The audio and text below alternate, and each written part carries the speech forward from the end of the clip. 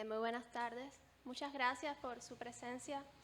En la tarde de hoy tenemos el gusto de presentarle, como decía Fernando, tres libros, tres de nuestras novedades editoriales del año 2022.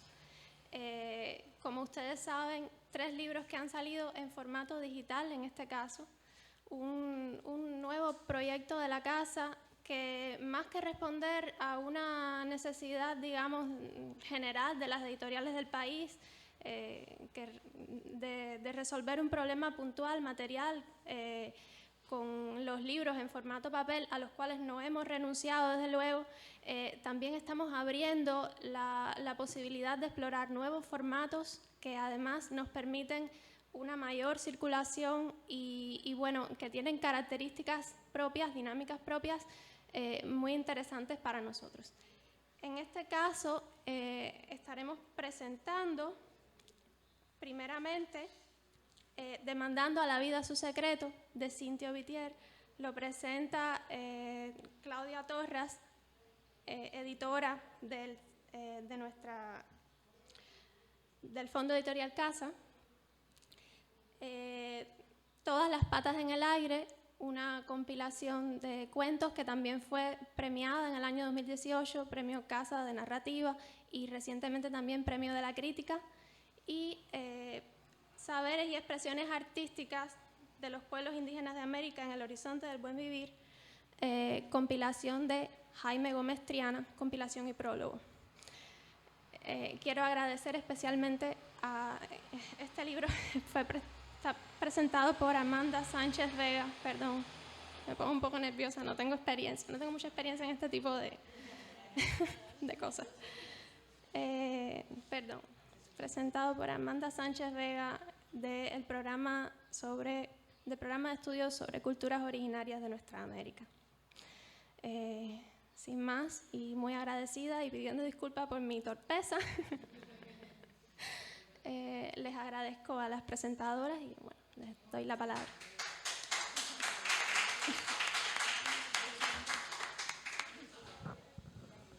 Buenas tardes.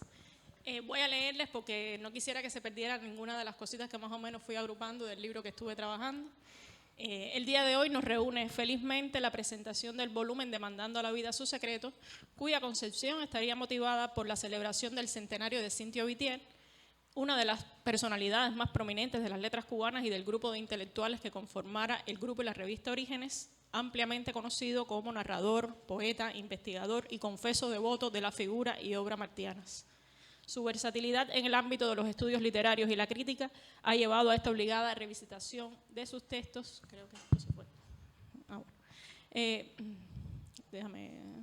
Su versatilidad en el ámbito de los estudios literarios y la crítica ha llevado a esta obligada revisitación de sus textos, específicamente una selección de 10 ensayos publicados por la revista Casa de las Américas desde el año 1977, reflejo de 30 años de quehacer intelectual y que como conjunto resultan representativos de su gusto y admiración por otras figuras de las culturas cubana y latinoamericana, trabajos estos simbólicos que nos dibujan su particular visión sobre Marinelo, Lezama, Alfonso Reyes, Vallejo, Bolívar, en un viaje de eterno retorno que fragua su centro en Martí y en la historia de Cuba, como pináculos de su interpretación de la realidad de cada una de estas personalidades y en sus correspondientes momentos históricos.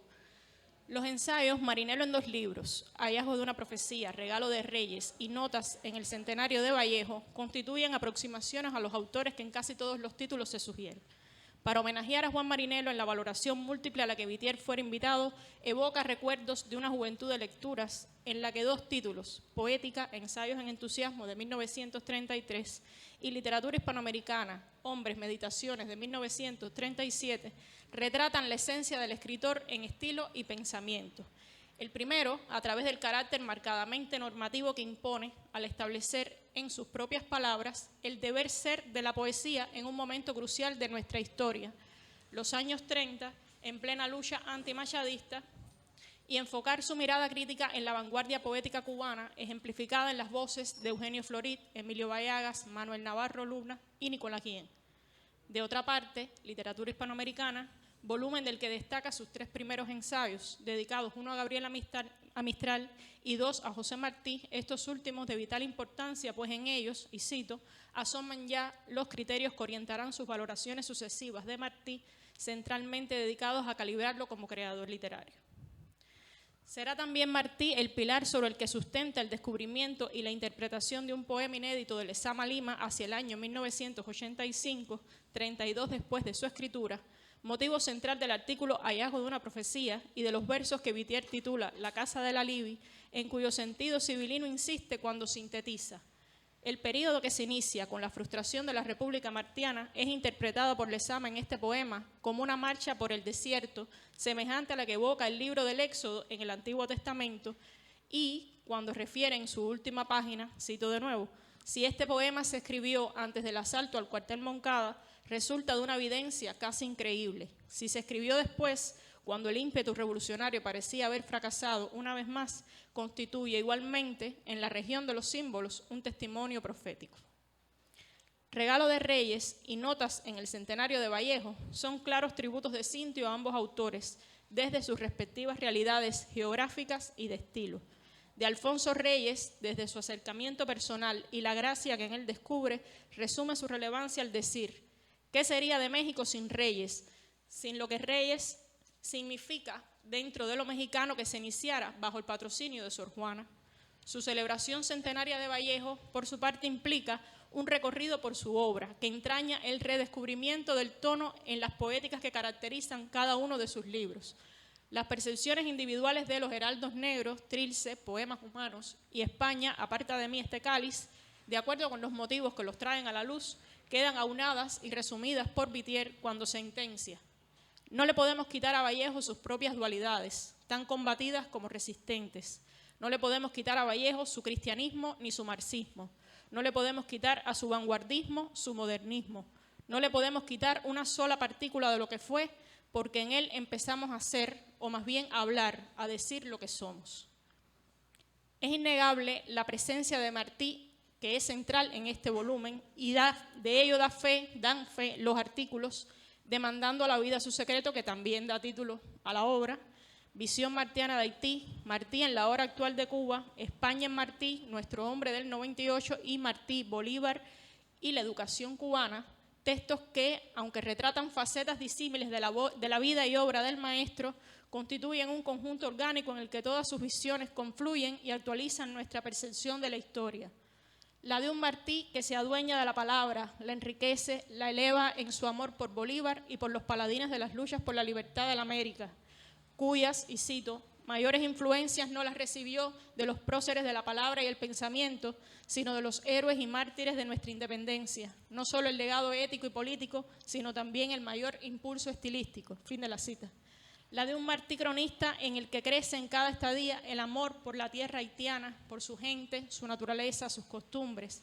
Relatos de amor fraterno que Cintio resume cuando nos dice: así como un desconocido hermano fue Martí a sus hermanos negros de Haití, de Santo Domingo, de Jamaica, de los Estados Unidos, de Cuba. El anillo hecho con hierro del grillete del presidio político no era una alianza solo con Cuba, era una alianza con todos ellos. La de un Martí que se hace necesario en la hora actual, en la formación ideológica de un país que pierde a sus hijos, que peligra de desviarse de la calidad educativa imprescindible, razón por la que Whittier nos exhorta a que, cito, probemos la esperanza, sistematicemos sin burocracia pedagógica la invencible esperanza, hagamos el experimento de una formación martiana que vaya desde el círculo infantil hasta las especialidades universitarias y que solo termine con la vida. La de un Martí que sabe de dolores profundos, de destierro, de opresión, pero que respeta al pueblo español, a sus artistas, que con nostalgia vuelve a España como a su primer amor. La de un Martí profético, único cubano preparado para afrontar política y culturalmente el viraje histórico del 98, el mismo cuya muerte en combate 3 años antes, tan involuntaria como trágicamente, había facilitado aquel viraje. Y, por último, la de un Martí que hace de Simón Bolívar un maestro, ejemplo de juventudes y ambos, a su vez, de guías pedagógicos de este autor que resume principios y objetivos educativos imprescindibles como el estudio de la historia de la patria, de lo específico nuestro que es nuestro modo de pensar y obrar, que da carácter al pueblo y se concentra y universaliza en sus máximos héroes y creadores, del humano universal, que es el patrimonio íntimo, ético y estético de cada persona, y de colofón, como núcleo del ejercicio crítico y creativo de este poeta cuya obra nos convoca esta tarde, de la vida como servicio y como poesía. Muchas gracias.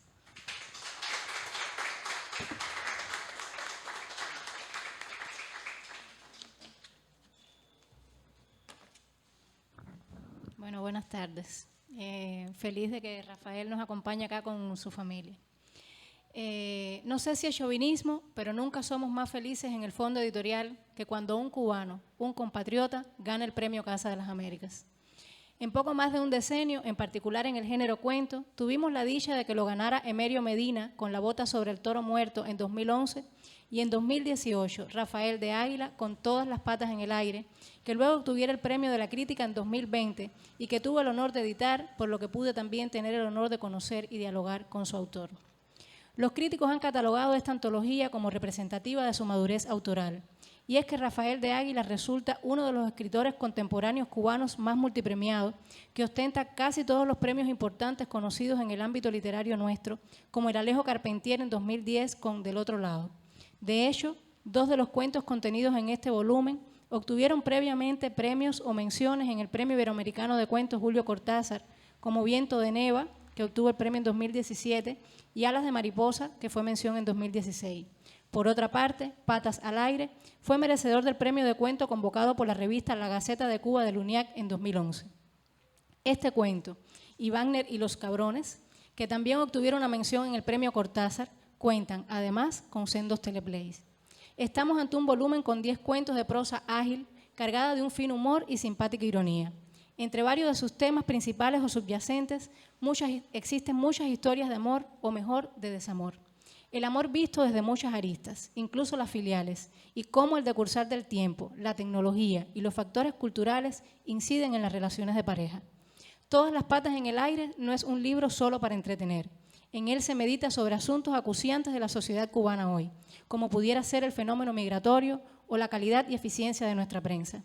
La migración, a pesar de que siempre ha sido una constante en la historia de la nación cubana, se aborda en Patas al aire como si el autor estuviera presagiando la nueva ola que se ha desatado en el último año y que les ha imprimido a los cubanos una sensación de desasosiego y soledad.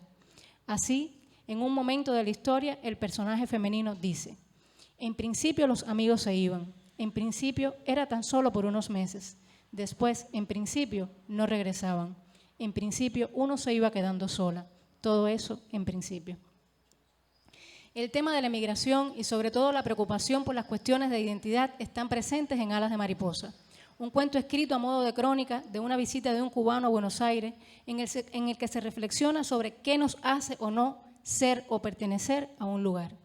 En este relato, el protagonista tiene la oportunidad de visitar un puticlub. Cuando la prostituta lo insta a hacerle sentir que los cubanos de la isla son manes de verdad, el narrador reflexiona: hay momentos en los que el sexo llega a ser asunto de patriotismo, en los que la patria consiste en hacer sentir más hembra a una puta, hacerla sentir más hembra que el resto, nacionalismo de puticlub. Por otro lado, existe en algunos cuentos una particular fascinación por la psicología femenina y por la sexualidad. Así se manifiesta, entre otros, en El amor o los osos de Kamchatka, construidos sobre una idea cuasi manida de la sabiduría popular. Contradictoriamente, a las mujeres no les gustan los hombres buenos, o digamos, demasiado buenos. En diálogo personal con el autor, me llamaba la atención de que, en realidad, en sus relatos no hace más que reconocer que las mujeres son más sagaces, más inteligentes, más audaces que los hombres. También hay historias sobre la homosexualidad, sujetos heterosexuales o bi que coquetean con la homosexualidad como experiencia contradictoria. Se trata de los cuentos La quinta estación, sobre 2 amigas que se consuelan luego de que una de ellas es maltratada por su esposo, y cómo hacen el amor los osos, que nos adentra de manera muy divertida en el aterrador sentimiento de vergüenza de un hombre por su anterior vida homosexual, tras enamorarse ahora, perdidamente, de una mujer. Este último me resulta particularmente divertido, aun cuando lo que habita en él es el miedo, y es esta una capacidad extraordinaria en este autor, la de poner a dialogar sentimientos antagónicos. Aunque algunos críticos tal vez no estarían de acuerdo conmigo, creo que se respira en este conjunto de cuentos nostalgia por el pasado, nostalgia por lo que fue, por lo que ya no se tiene, Solo en cómo hacen el amor los osos, el pasado es motivo de desprecio y vergüenza. El personaje B, avergonzado de su pasado homosexual, dice: uno no sabe qué hacer con el pasado, uno no sabe si arrastrarlo, meterlo en un sitio desde el que no asome nunca, un sitio donde el pasado no llegue a joderlo todo. Y es que el pasado le encanta joder al presente. Son archienemigos los muy putos. Con total naturalidad y desparpajo se retoma el tema de la sexualidad en siglo XXI S.A., en el cual, como lo presagia su título, se aborda una tendencia, podríamos decir, ultramoderna de las relaciones de pareja, las parejas abiertas. No obstante, siglo XXI S.A. no se trata solo de la sexualidad, sino que escudriña en el machismo arraigado en la identidad del cubano. Si bien en general, en la mayoría de los cuentos del volumen, hay un hombre otro, un hombre, podríamos decir, débil ante la belleza, el deseo, los encantos y el amor de una mujer, capaz de cualquier cosa por el amor de una mujer, en siglo XXI S.A. aflora el cubano machista, preso de la tradición imperante en nuestra sociedad. En este libro, por tanto, no solo se explora la psicología femenina, sino que se nos muestra una masculinidad contradictoria y nos revela los avatares más profundos e íntimos del alma de un hombre enamorado. Y es que en estas historias interesa particularmente mostrar la diversidad, lo diversos que somos como humanos y la diversidad de problemas que nos circundan. Incluso uno de los personajes, en Cómo hace el amor los osos, parafrasea al gran estudioso de la nacionalidad cubana, Fernando Ortiz, cuando sentenció: el cubano es un ajiaco. Para disfrutar todos los guiños de la escritura se necesita de un lector avesado y culto, dado lo frecuente de las menciones a clásicos de la literatura y por el uso de varios idiomas como parte del discurso de algunos personajes. Así como cuando se dice en Viento del Neva: ella nunca había asemejado a un personaje de Dostoyevsky, ni en sueños. Un personaje de Bukowski sí, o de Bolaño, también de Bolaño. Más bien, ella siempre le había parecido una mixtura de ambos, un bukowsaño o un Bolaowski. En general, se aprecia una escritura no convencional, donde los diálogos de los personajes se mezclan con la voz del narrador, sin que aquellos se distingan, lo que demanda una lectura atenta y creativa. Otro elemento que llama la atención son los finales. Con excepción del último cuento en 5 partes, País al Mediodía, donde todas las historias tienen un final prefijado, la muerte, en general, podría decirse que los cuentos carecen de final sin resolución de los conflictos y que nos deja pensando en qué habrán terminado las historias contadas. Así no sabremos nunca de qué enfermó Andre, el personaje fantasma de El amor o los osos de Kamchatka, o si se enfermó con Cide, el personaje de Viento del Neva, o si encontraron el tesoro en Pequeña Tierra sin Dios, por citar solo algunos ejemplos. No obstante, el autor me confesaba que más allá de esta interpretación que yo le doy a sus finales, en realidad él no los escamotea, sino que escamotea la continuidad. Queda trunca la historia esperando por la polisemia que le adiciona el lector, técnica que se denomina dato escondido. Y me confesaba también que eso nacía de una característica psicológica suya. Nada ocurre como debe y todo se alarga infinitamente sin solución. Todo es lucha sin victoria. El autor le da al lector la capacidad de ser entonces también copartícipe y creador de estos relatos e inventarse el final que le guste, pero sobre todo esas ausencias de final nos invitan a continuar reflexionando luego de terminada la lectura. No obstante, como para advertirnos que no es solo esto lo que sabe hacer, ni el único modo del que puede escribir, País al Mediodía, el último cuento en 5 partes, se nos devela un autor que pareciera diferente, con otros recursos y otros temas. Ahora son la muerte y los héroes, los de verdad o los accidentales. Este cuento constituye un homenaje a todas nuestras luchas desde el siglo XIX y a la valentía y el honor de los cubanos, estos que viven en esta tierra con la esperanza de un futuro mejor, todos patas al aire. En la literatura, como en la música, decimos que estamos ante un estilo cuando determinados recursos se hacen recurrentes y fácilmente identificables en la obra de los autores. Encontramos así ciertos símbolos que dan unidad estilística a todos los cuentos, que advierten esos rasgos estilísticos del autor y se convierten también en personajes. La lluvia, el viento, Kamchatka y la conchinchina, el té frío y los osos. Asimismo, se aprecia un rasgo de estilo marcado en la mayoría de las historias, consistente en la repetición de frases cortas o ideas trascendentales de las historias que le imprimen cierta dosis de humor o situaciones caóticas o dramático-trágicas. Como si se tratara de una obra musical, son motivos recurrentes que se responden en otros tonos, en otros modos, con otros ritmos, como si fuera un tema de variaciones. Recurso que llega a la apoteosis en El amor o los osos de Kamchatka y sobre todo en Balada de 3/4. A base de esta técnica, los cuentos son construidos casi de manera minimalista, y es esta economía de recursos en la construcción de las historias lo que hacen sensacional y único a este volumen. No sé si coincidirán o no con las interpretaciones del texto, pero lo que sí les aseguro es una lectura placentera, casi de un tirón, de estas páginas. Los invito entonces a disfrutar de este excelente libro que nos hará mejores seres humanos, y creo que no sería demasiado pretencioso decir mejores cubanos. Muchas gracias.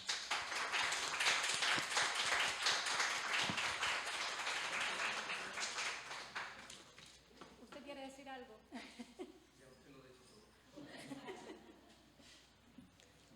Bueno, buenas tardes.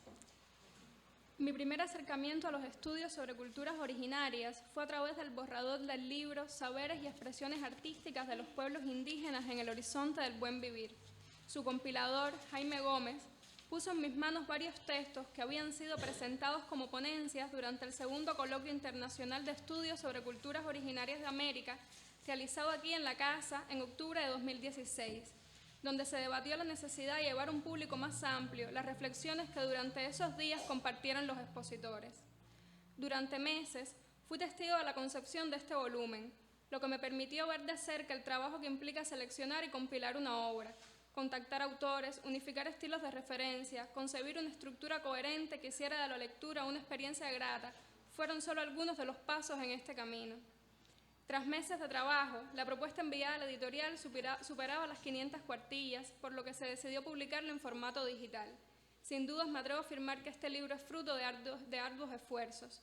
Los 31 textos compilados abordan diversos temas y contextos, sin embargo, están conectados por un objetivo común: reflexionar en torno a la resistencia de los pueblos indígenas frente a la imposición de paradigmas epistemológicos occidentales que marginan los saberes y cosmovisiones de las culturas originarias. Esta resistencia se expresa en diferentes esferas: el arte, la literatura, el performance, la ritualidad, la educación, la producción de conocimiento, lo que explica la heterogeneidad temática de la obra. Alejándose de esencialismos, el libro conecta las voces de autores indígenas y no indígenas, entre los que se encuentran intelectuales, artistas, líderes comunitarios, comunicadores. Además, al ser el coloquio la semilla de este proyecto, se trata de autores que conocen el trabajo de sus colegas y han logrado conformar redes que conectan los espacios y debates académicos con el activismo. Se trata de unificar teoría y práctica en aras de beneficiar a las comunidades, superando su concepción como objeto de estudio.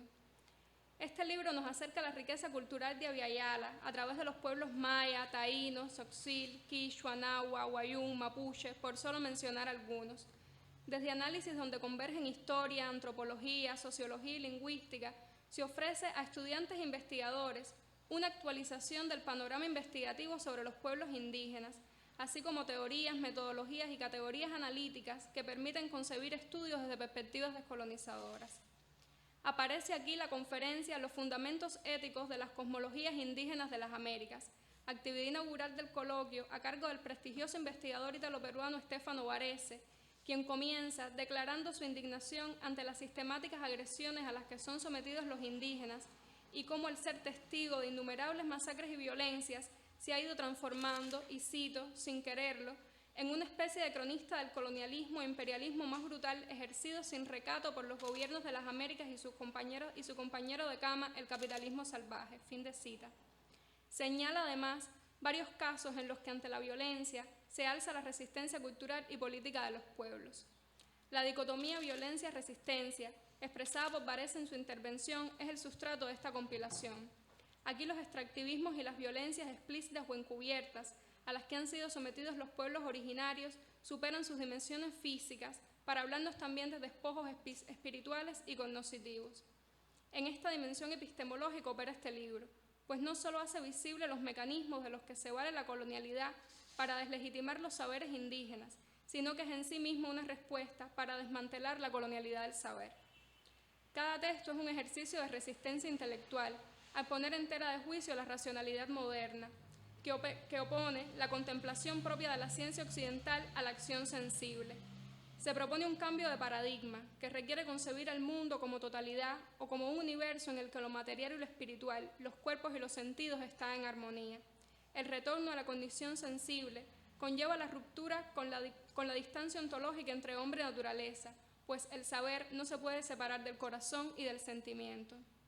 No se trata de una visión excluyente que ignora el conocimiento y la creación artística de Occidente, sino que se apela por una visión integral de construcción y aprendizaje conjunto que no deslegitime a esos otros modos de hacer y de crear. La cubierta muestra un detalle de la representación de un eclipse en el Código de Dresde. Como tantas otras obras que fueron robadas durante la conquista y colonización, este códice maya no ha sido devuelto a la tierra de sus creadores originarios y se encuentra en la biblioteca de la Universidad de Dresde, en Alemania. Por ello, la imagen no es solo una representación pictográfica de saberes milenarios, sino que nos habla también de despojos. Para ofrecer una visión general de la obra, comentaré brevemente algunas de las temáticas abordadas. Los apartados, representaciones de los pueblos y las culturas originarias a través de la literatura y culturas que resisten en el tiempo, sitios y evidencias arqueológicas en la preservación de los saberes y las expresiones de los pueblos originarios, conforman un análisis de los relatos de resistencia contenida en la producción textual de vasijas, tejidos y poesías, así como la iconografía de objetos y sitios ancestrales.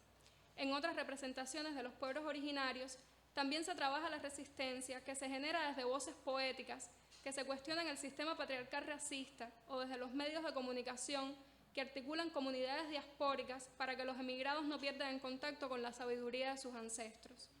Mientras, ser mujer indígena, activismos y saberes desde la perspectiva de género, presenta diferentes estrategias de empoderamiento de las mujeres indígenas que se expresan tanto en la realización audiovisual, radial y artística, como en la resignificación y conservación de prácticas alimentarias que encierran conocimientos milenarios. En expresiones artísticas, sensibilidad e identidad, se articula una crítica al antagonismo arte-artesanía y al abordaje de la creación artística indígena como expresión folclórica. A través del arte quichua contemporáneo, el conocimiento intuitivo nahual y el lenguaje contenido en diseños textiles, se conjugan discursos que explican la permanencia de memorias colectivas y que fortalecen las identidades. Saberes ancestrales y salud, prácticas, inclusión y políticas públicas, junto a culturas originarias, expresión del legado, apuntan la necesidad de enfoques interculturales que reconozcan los sistemas originarios que conectan planos físicos y espirituales. Aparecen aquí reflexiones sobre la enfermedad, las prácticas de cuidado, rituales, peregrinaciones y los arquetipos andinos de la muerte.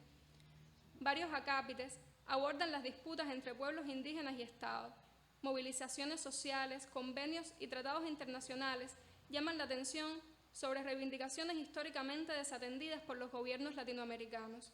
Además, se plantean las iniciativas acometidas por instituciones como la Escuelita Zapatista, la Escuela Nahuacalmecac y el Colectivo Cultural y Resistencia Ayuc, que han generado espacios de transformación en beneficio de las poblaciones indígenas a través de la adopción de sistemas y currículos educativos pensados desde la pedagogía crítica.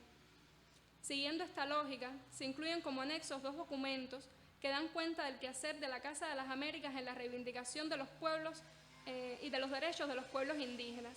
Están las palabras de la líder amuzga, Marta Sánchez Néstor, quien inauguró el primer coloquio de estudios sobre culturas originarias de América, espacio que se ha convertido en una plataforma de encuentro y solidaridad para las culturas originarias de Aviala, Isla Tortuga, y la declaración que se generó a partir de ese evento, donde se recogieron observaciones y recomendaciones dirigidas a la Organización de Naciones Unidas sobre la instrumentación de la Declaración sobre los Derechos de los Pueblos Indígenas.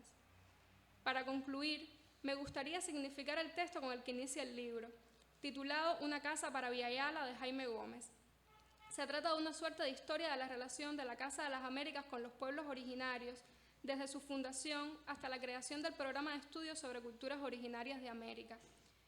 Revisitar exposiciones, publicaciones de libros y eventos realizados durante 64 años, así como los sostenidos contactos con artistas, intelectuales y líderes, da cuenta del prolongado interés de la Casa por visibilizar las historias y actuales desafíos de los pueblos indígenas y por hacer nuestras las luchas por sus derechos.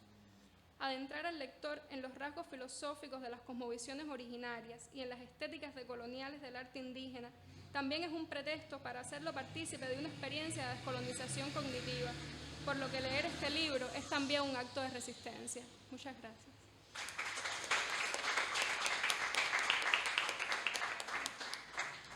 Bueno, muchas gracias Amanda, gracias Miss Lady, gracias Claudia.